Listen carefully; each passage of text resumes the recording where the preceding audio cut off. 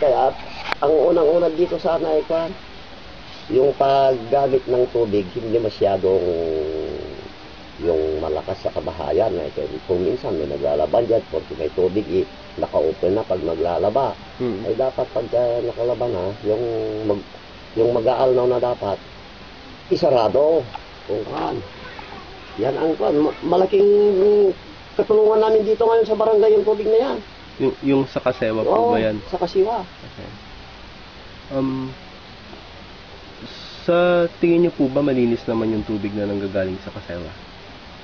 Malinis din, pero itong problema dito kahit tignan mo lang yung tubig namin dito, pagka-shoot mo, puti yung tubig na lumalabas.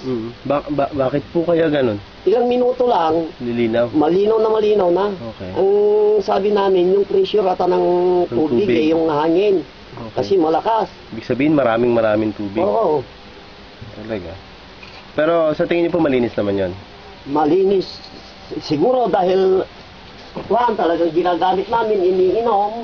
Dito lang talagang, at saka hindi nyo ilalagay na ganyan kung hindi malinis. Tama. Saka, aywan ko kung nilagyan na ng chlorine yan o hindi pa. Wala po. Pero, yung grupo namin, hindi namin pinapabayaan na binubumbaan dahil mag-iiba yung lasa ng COVID ng gripo pagka naka-stack yung puso. So, sa tingin niyo po ba, sulit naman yung binabayad nyo sa serbisyo ng Kasewa?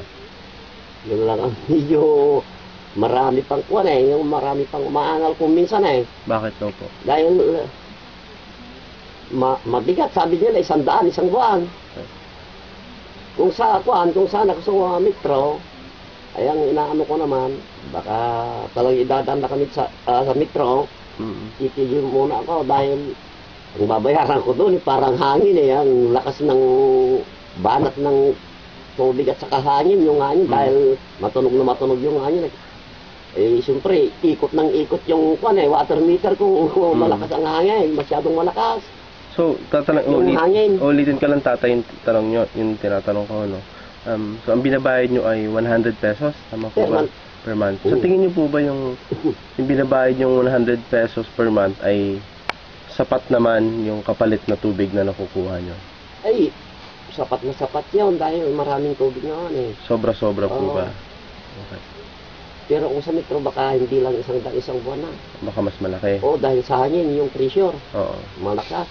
Pero kung minimum lang po kayo, kung walang metro, 100 pesos. 100 pesos. Sulit naman po yun, yung tubig. Sulit din. Hindi naman kayo lugi. Hindi rin. Okay. So, tatanungin kita, ikaw, sa sarili mong pananaw, sabi nyo, unlimited yung tubig, marami, di ba? Oo. Sa tingin nyo po ba yung 100 pesos na binibigay nyo ay mahal kapalit ng tubig na walang tigil? Para lang po sa inyo. Hindi, sa paggamit lang namin, ay kung baka, ito panlaba lang, paligo. Ganyan. Hindi naman ka masyadong gumagamit ng aksayadong tubig. Yun lang ang kasi pagka dito naman talagang sobrang tubig dito sa amin dahil nakatutok dyan. Pero pag ganong paggamit namin parang paramihan na, baka hindi na makakarating doon sa kanila doon sa dulo. Kung wala pong Kasewa, nung wala pang Kasewa, saan kayo kumukuha ng tubig niyo? Dito sa Mabilay Danom, yung host namin dyan, yung bigay ni gobernador. Okay. May tangkig yan Bakit hindi na pa kayo gumagamit nun?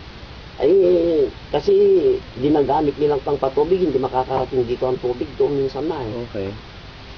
Ginagawang patubig sa bukid. Malinis din po ba yung tubig na yan? Oo, malinis dahil yung ginawa namin yung deposito, siniminto. Nasuri po ba yung tubig na yun? Merong water test?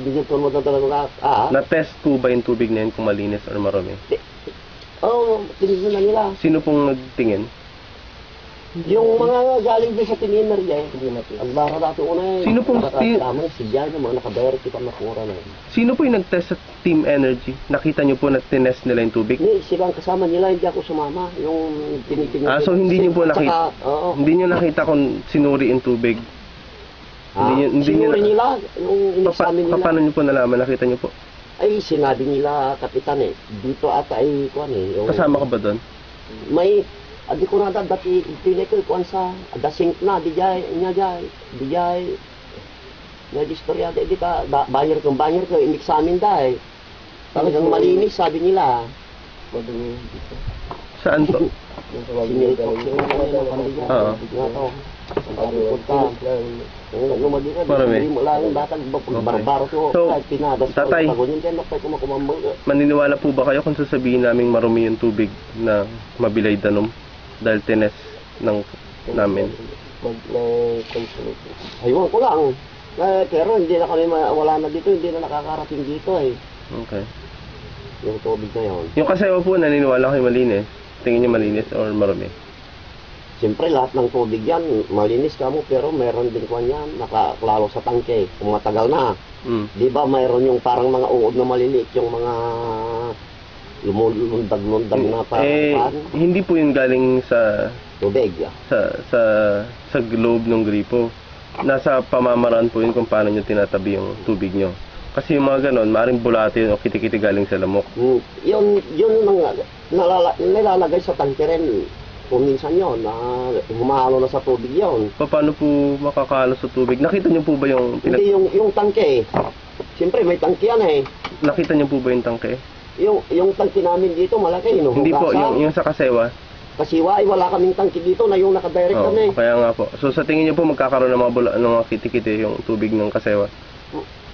Maaari pag doon sa tangke niya papunta na doon sa sentro siguro. Nakita niyo po ba yung tangke doon? Oo, nandiyan, malaki. Butas po ba yun? Ay, yung butas yung pinanggagalingan ng tubig at saka yung butas na papunta doon sa kabahayan. Makakapasok kaya yung lamok doon? O yung mga kitikiti sa tingin niyo? Bakit kaya yung saan nanggagaling yung kitikite? Sa lamok po. Ay, sa lamok?